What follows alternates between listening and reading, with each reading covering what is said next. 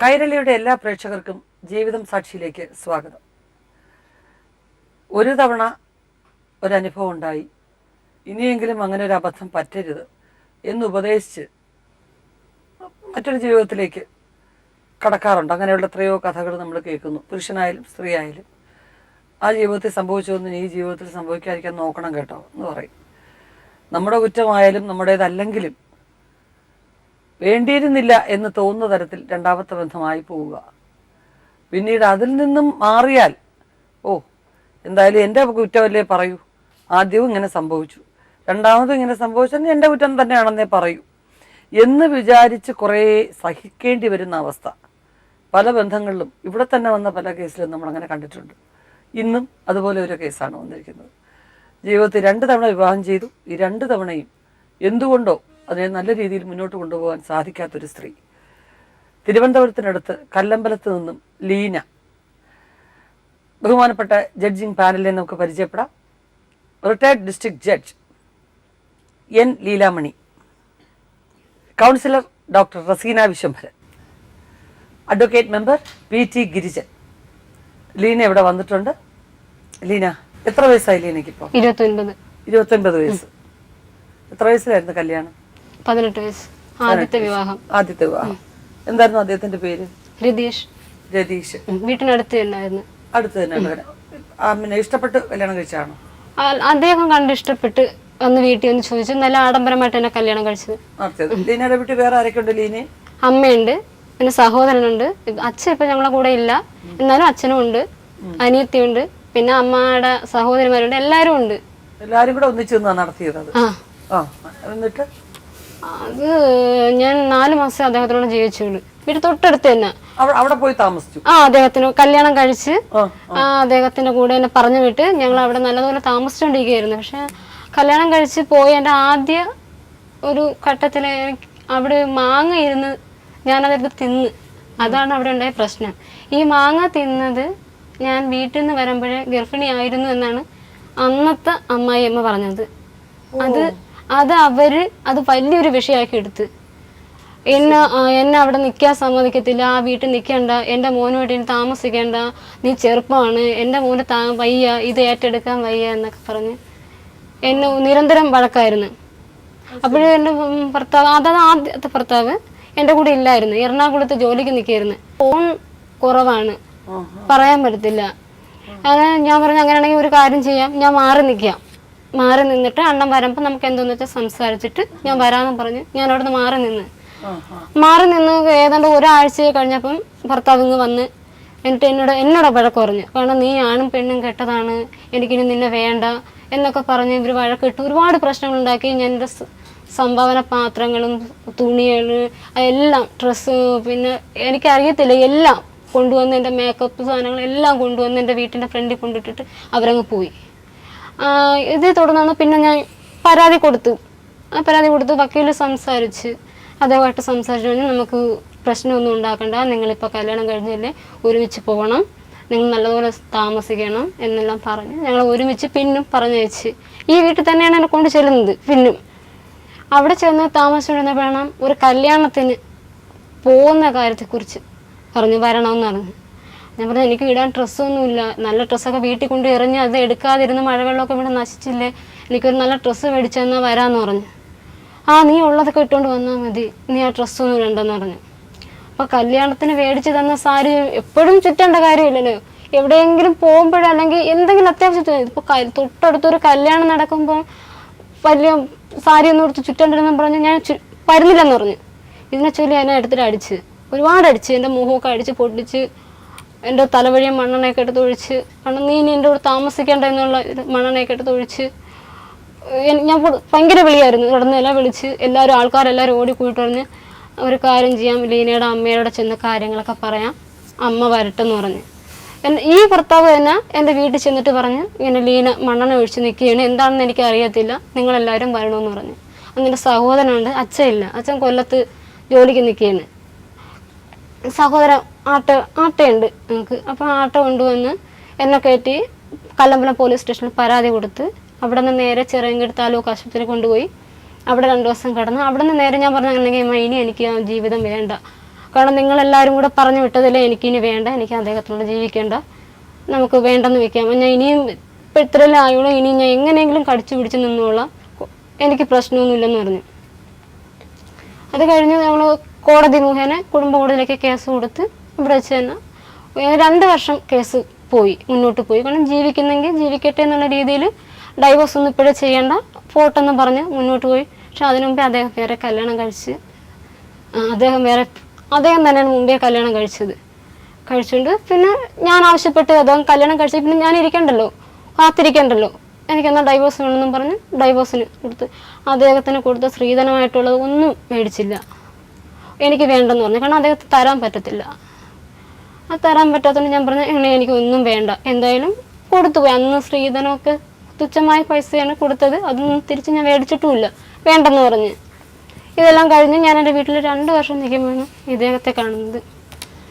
ഇദ്ദേഹത്തെ കാണുമ്പോൾ ഒരു കല്യാണ ചടങ്ങിന് വെച്ചാണ് ഇദ്ദേഹത്തെ കാണുന്നത്. കണ്ടപ്പോൾ തന്നെ പറഞ്ഞ് എനിക്കറിയാം, ഇയാളെ എനിക്കറിയാം, ബാബുവിൻ്റെ, അത് എൻ്റെ അച്ഛൻ്റെ പേരാണ്, ബാബു അണ്ണൻ്റെ മോളല്ലേ, എനിക്കറിയാം, ഞാൻ കണ്ടിട്ടുണ്ട്, അച്ഛനോട്ട് സംസാരിച്ചിട്ടുണ്ട്, ഇയാളെ കാര്യങ്ങളൊക്കെ എനിക്കറിയാം, അങ്ങനെയാണെങ്കിൽ ഞാൻ സ്വീകരിക്കട്ടെ, എൻ്റെ കൂടെ വരാൻ താല്പര്യം തന്നെ, എനിക്ക് അമ്മയുണ്ട്, ചേട്ടന്മാരെല്ലാവരും ഉണ്ട്, ചേട്ടന്മാരൊക്കെ വേറെയുണ്ട് താമസിക്കുന്നത്, എല്ലാവരും വേറെയുണ്ട്, കല്യാണമൊക്കെ കഴിച്ച് ഇനി കല്യാണം കഴിക്കാൻ ഒരു ചേച്ചിയേ ഉള്ളൂ, അമ്മയും ചേച്ചിയും ഞാനും മാത്രമേ ഉള്ളൂ. എൻ്റെ അഡ്രസ്സൊക്കെ തന്ന്, കാരണം വരുന്നെങ്കിൽ വരട്ടെ എന്നുള്ള രീതിയിൽ അഡ്രസ്സ് തന്ന്, ഫോൺ നമ്പർ എല്ലാം തന്ന്. ആദ്യം കല്യാണം കഴിച്ച ഏത് വർഷം? 2005 5. പിന്നെ ഞാൻ അത് 4 കൊല്ലം നിന്നിട്ടാണ് ഇദ്ദേഹത്തിനോട് 2009 അനിൽകുമാർ. 2009 ഞാൻ ഇദ്ദേഹത്തിനോട് വരുന്നത്. എന്നോട് പറഞ്ഞ് ഫോൺ നമ്പറൊക്കെ തന്നിട്ട് എന്നോട് പറഞ്ഞു വീട്ടിലോട്ട് വന്നാൽ മതി, അവിടെ എപ്പോഴും എൻ്റെ അമ്മ കാണും, പിന്നെ പെങ്ങളും കാണും, വന്നിട്ട് ഒന്നും പറയണ്ട, ഞാൻ അനി പറഞ്ഞിട്ടാണ് ഞാനിവിടെ വന്നതെന്ന് മാത്രം പറഞ്ഞാൽ മതി, ബാക്കി ഞാൻ അമ്മയായിട്ട് സംസാരിച്ചോളൂ എന്ന് പറഞ്ഞു. അല്ല, അപ്പൊ അത് ലീനയ്ക്ക് വീട്ടിൽ പറഞ്ഞു നടത്തിക്കൂടായിരുന്നോ? അല്ല, തോന്നി അവർക്ക് ഇനി ഒരു ബാധ്യതയായിട്ട് ഞാൻ നിൽക്കണ്ടല്ലോ എന്നൊരു ഇതായിരുന്നു. കല്യാണ ചടങ്ങ് വെച്ച് കണ്ടു, സംസാരിച്ചിട്ട് അഡ്രസ്സും നമ്പരും ഒക്കെ തന്ന് വീട്ടിൽ വരാൻ പറഞ്ഞു. വീട്ടിൽ വരണം, അത്രേ ഉണ്ടായി. അത് കഴിഞ്ഞ് ഓഗസ്റ്റ് 28-ാം തീയതിയാണ് ഇദ്ദേഹം എന്നോട് പറയുന്നതും ഈ നമ്പർ എല്ലാം തരുന്നതും. ഓഗസ്റ്റ് 29 ഞാൻ രാവിലെ, അതായത് ഒരു രാവിലെ ഇറങ്ങിയെങ്കിലും ഒരു 4 മണിയോടൊക്കെ അടുപ്പിച്ചാണ് ഞാൻ വീട്ടിൽ ചെല്ലുന്നത്.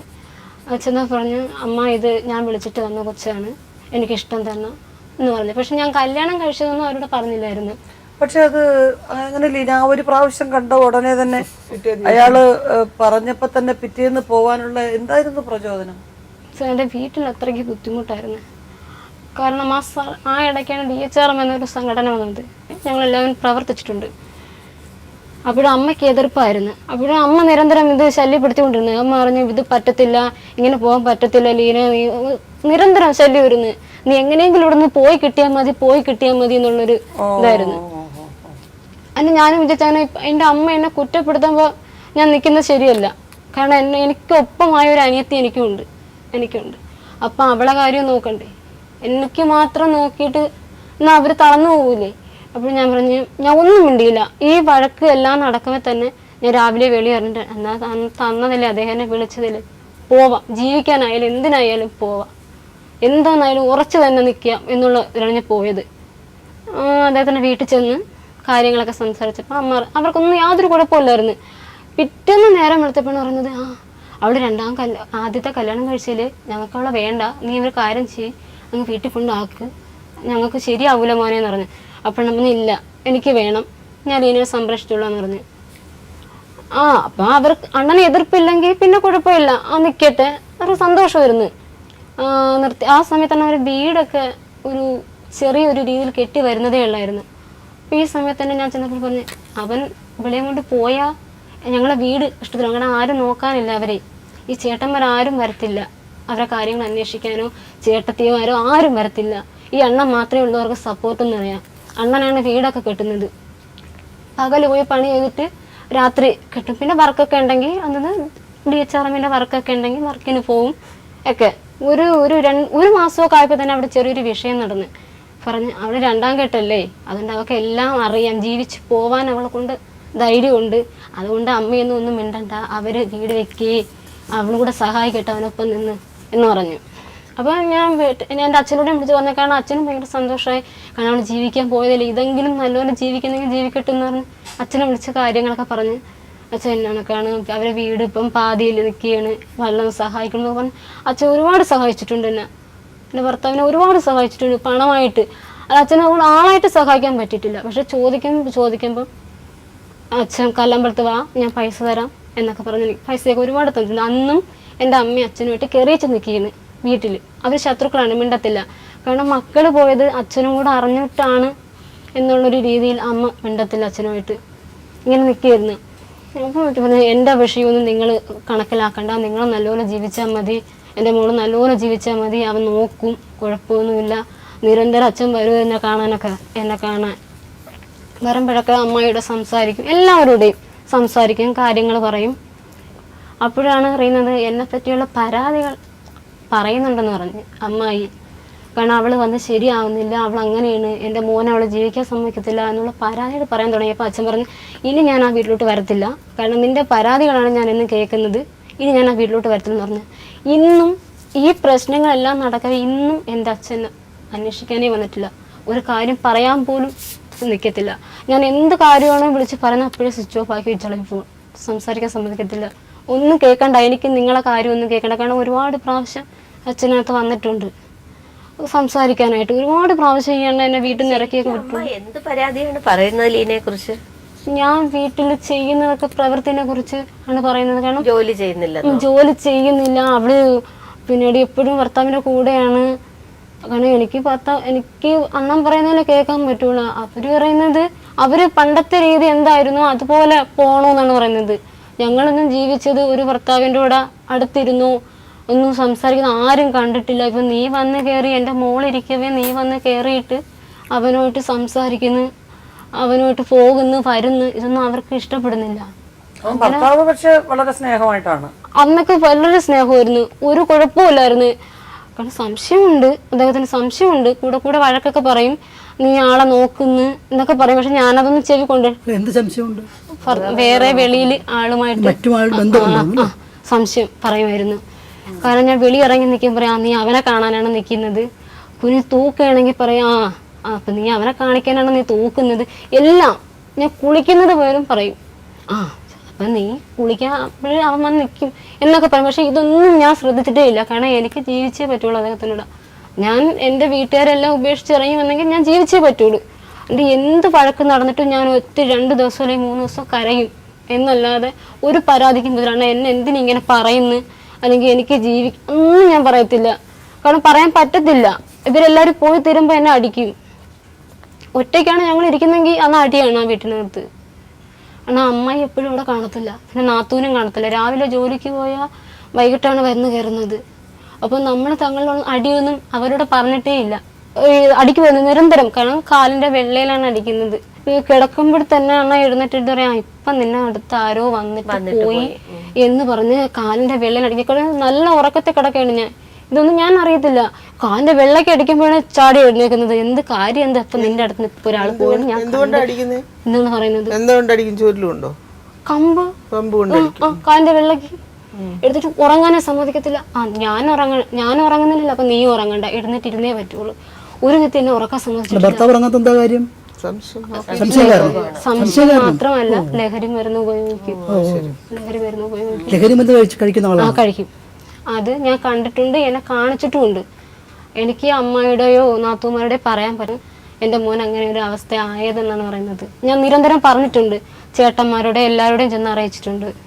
അപ്പൊ ഈ വഴക്കും കാര്യങ്ങളും ഒന്നും ഈ നിങ്ങൾ അമ്മായിയമ്മയും നാത്തൂനെ ഒന്നും അറിയിച്ചിട്ടില്ല.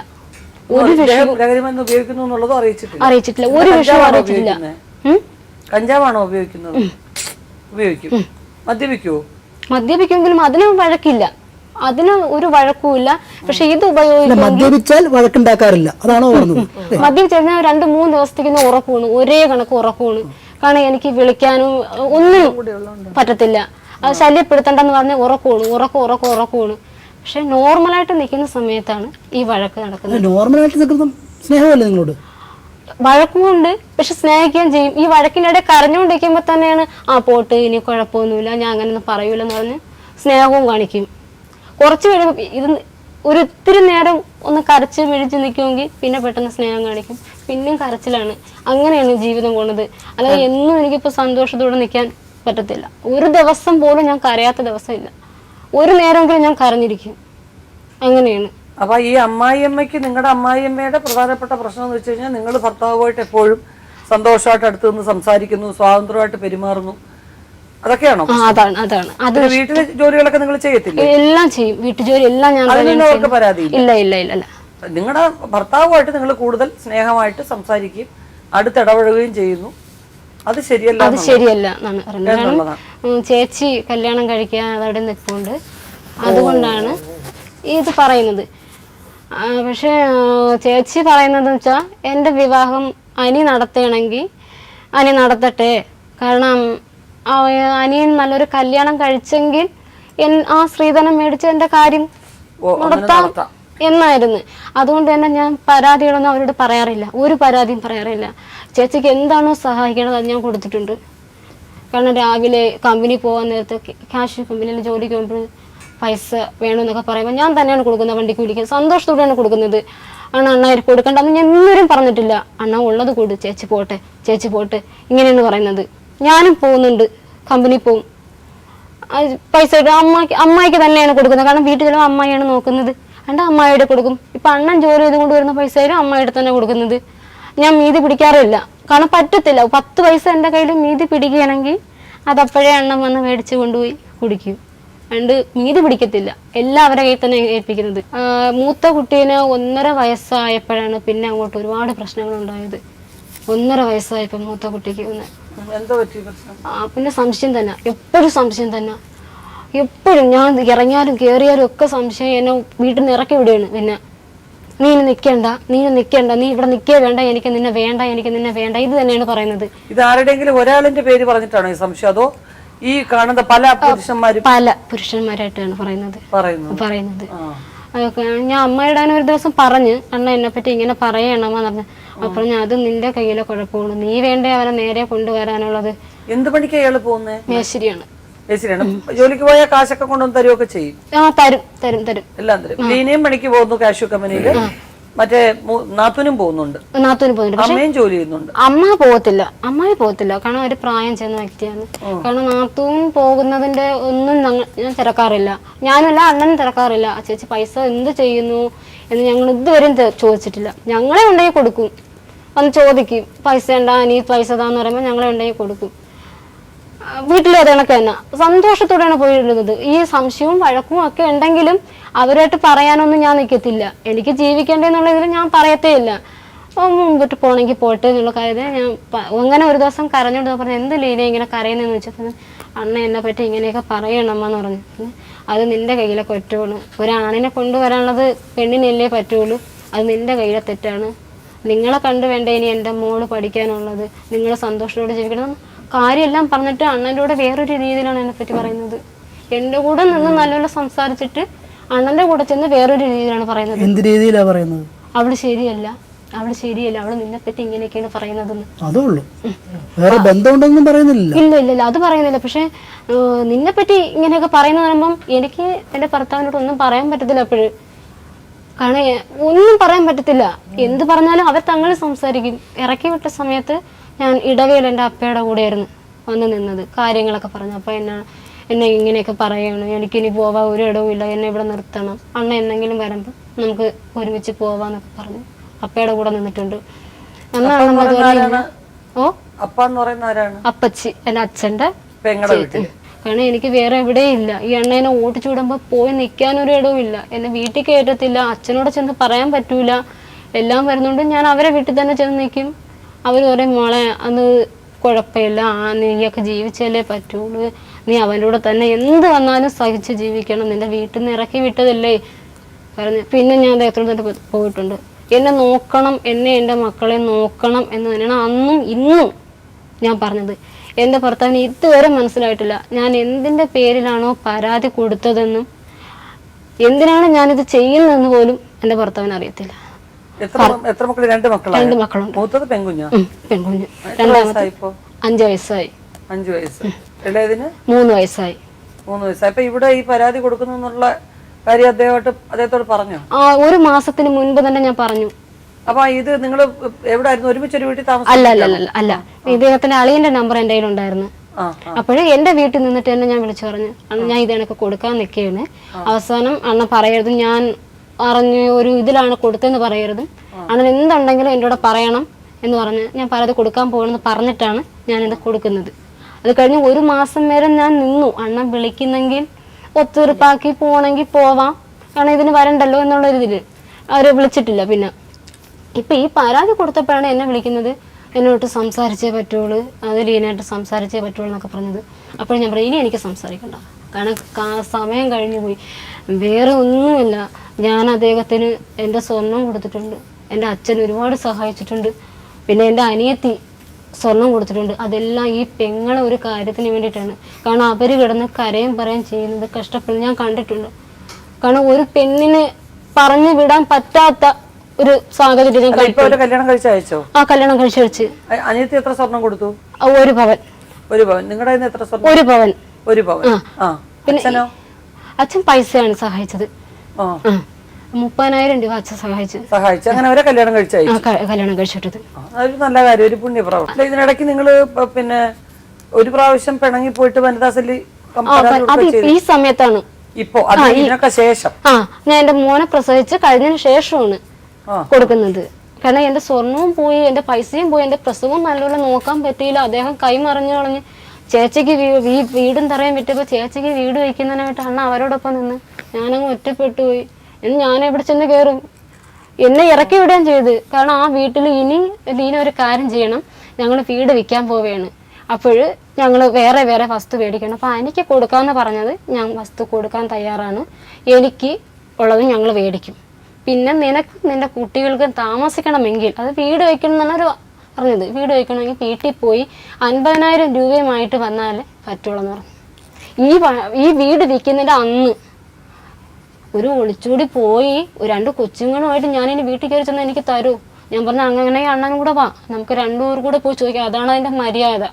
വിളിച്ചോണ്ട് പോയതല്ലേ, അതൊന്നും അണ്ണൻ ചോദിച്ചിട്ടില്ല. അപ്പം ഇതെങ്കിലും നമുക്ക് മേടിക്കുന്നെങ്കിൽ മേടിക്കാം, വാ.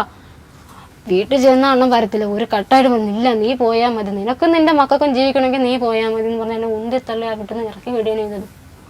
ഇറക്കി വിട്ടിട്ട് വീട്ടിൽ ചെന്ന് എനിക്ക് ചോദിക്കാൻ പറ്റുമോ, പൈസ ചോദിക്കാൻ പറ്റുമോ? എനിക്ക് തരൂല, അമ്മ തരത്തില്ല. കാരണം അത്രയ്ക്ക് ശത്രുതയാണ് എന്നോട് അമ്മ. ഞാൻ എന്നിട്ടും എൻ്റെ വീട്ടിൽ ചെന്ന് പറഞ്ഞ, അമ്മ എന്നാണ് കാരണം എനിക്ക് നിന്നേ പറ്റുള്ളൂ, ഞാൻ എന്നെ ഓട്ടിച്ചാലും നിങ്ങൾ എന്ത് ചെയ്താലും ഞാൻ ഇവിടെ നിൽക്കത്തേയുള്ളൂ എന്ന് പറഞ്ഞ് ഞാൻ 1 വർഷം എൻ്റെ വീട്ടിൽ നിന്നു. ഈ സമയത്താണ് പിന്നെ ഞാൻ വെച്ച് വനിതാ കമ്മീഷനിൽ പട്ടത്ത് കേസ് കൊടുത്ത് കൊടുത്തത്. എൻ്റെ വീട്ടിൽ നിന്നുകൊണ്ട് തന്നെ കൊടുത്ത് അണ്ണനെ വിളിച്ച് സംസാരിച്ച്.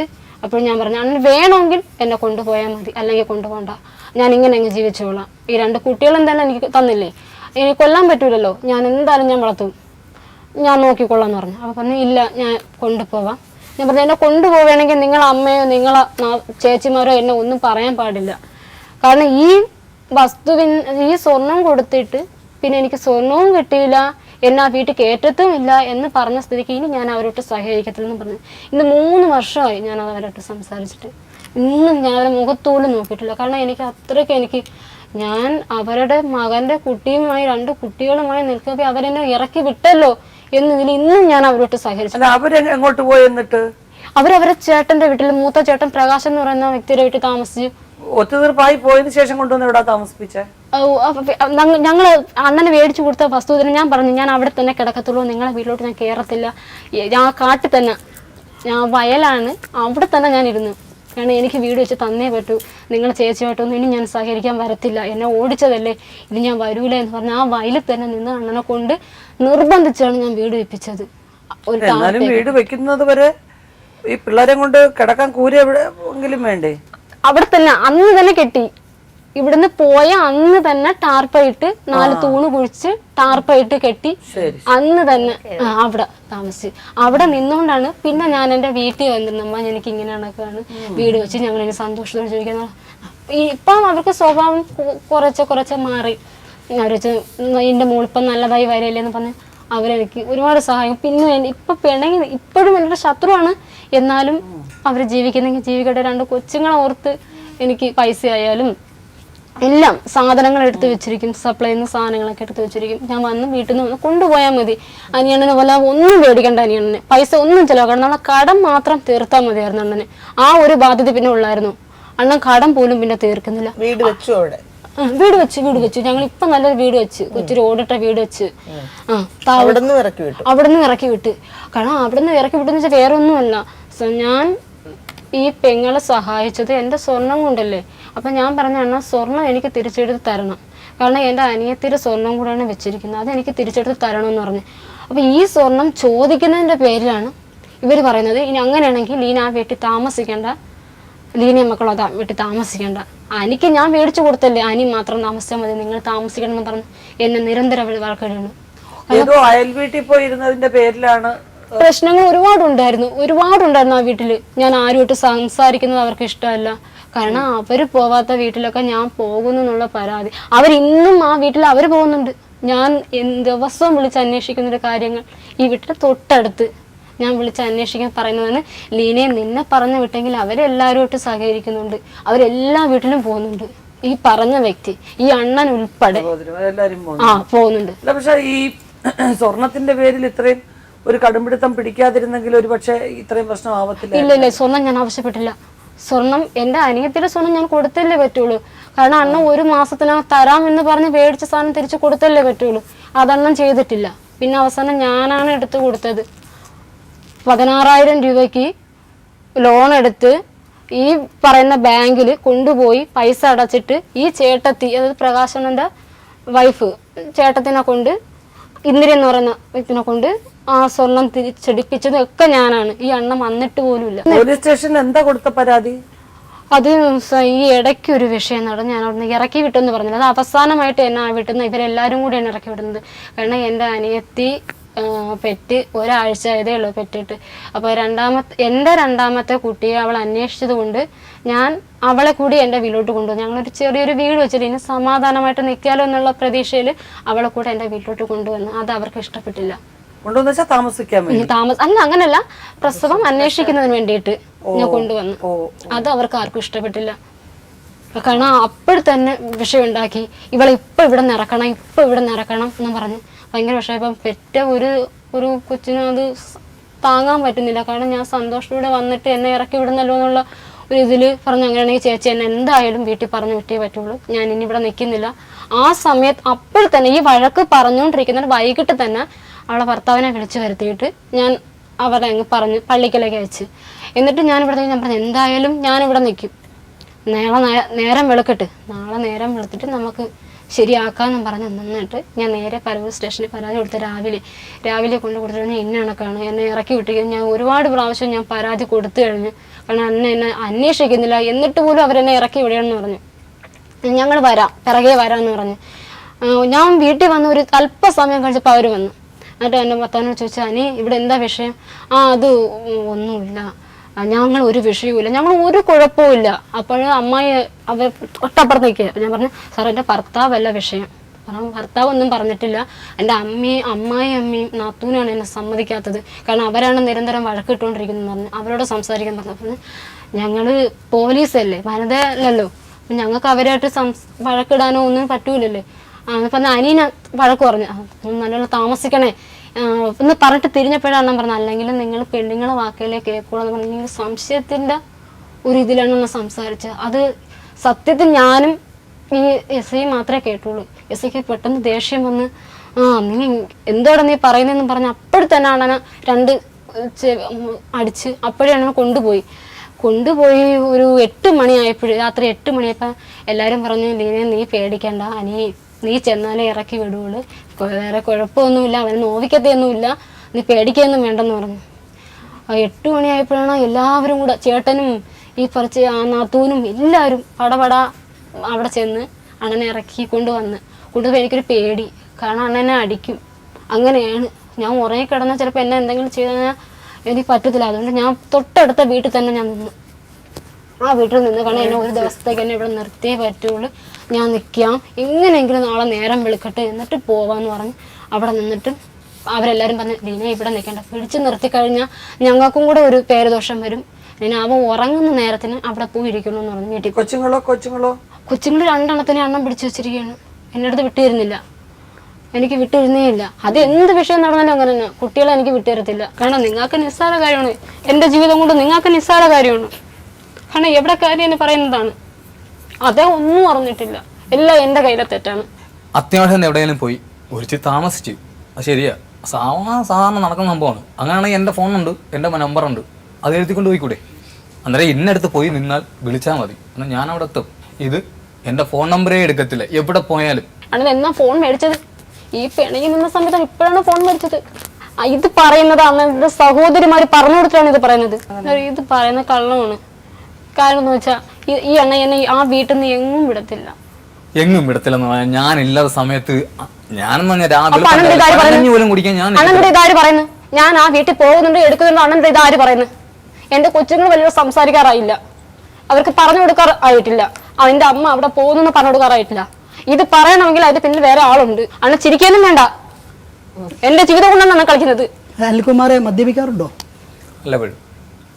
ഇതൊക്കെ ഞാൻ ചെയ്തതാണോ എന്ന് ചോദിച്ചു കഴിഞ്ഞാൽ ഞാൻ ചെയ്തതല്ല, ഞാൻ ചെയ്തിട്ടില്ല ഇങ്ങനെയുള്ള കാര്യങ്ങൾ. വേറെ ആരെങ്കിലും ഉണ്ടോ ഉള്ളിൽ ചെയ്യാൻ? അതിനെ കുറിച്ച് എനിക്ക് അറിഞ്ഞുകൂടാ, പക്ഷെ ഞാനിത് ചെയ്തിട്ടില്ല. കമ്പൗണ്ട് അടിച്ചോ? ആ, എന്റെ ദേഹത്ത് പൂത്ത് അടിച്ച്. അപ്പൊ നിങ്ങൾ അതിനാണ് പറഞ്ഞത് ഞാൻ ഉരുണ്ട് മറിഞ്ഞെന്ന്. അപ്പൊ എന്ത് ചെയ്തു? കരഞ്ഞു. ഇല്ല ഇല്ല ഇല്ല ഇല്ല, ഞാൻ കരഞ്ഞെന്നുള്ള സത്യമാണ്. ഞാൻ തറയെ കിടന്ന് കരഞ്ഞു, തറ കിടന്ന് തന്നെയാണ് കരഞ്ഞത്. ഈ ഉരുടെന്നൊക്കെ പറഞ്ഞത് വെറുതെ കള്ളം. ജീവിതം സാക്ഷി എന്ന ഈ ലോക് അദാലത്ത് വളരെ സുതാര്യവും പണച്ചിലവില്ലാത്തതുമാണ്. ജീവിതം സാക്ഷിയിൽ പങ്കെടുക്കാൻ ആഗ്രഹിക്കുന്നവർ ഞങ്ങളെ എഴുതി അറിയിക്കുക. ഞങ്ങളുടെ വിലാസം: പ്രൊഡ്യൂസർ, ജീവിതം സാക്ഷി, കൈരളി TV, കൈരളി ടവേഴ്സ്, പാളയം, തിരുവനന്തപുരം. പിൻ 695034.